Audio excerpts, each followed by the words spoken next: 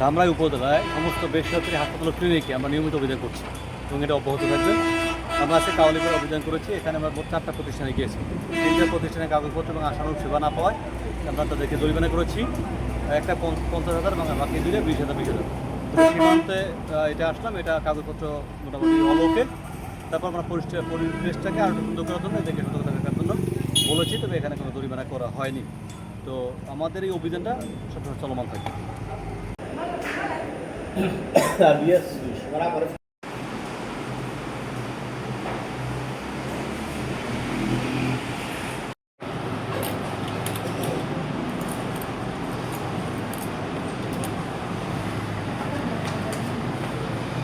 এখন থেকে 2.5 বছর আগে এখন একটা দেখাচ্ছেন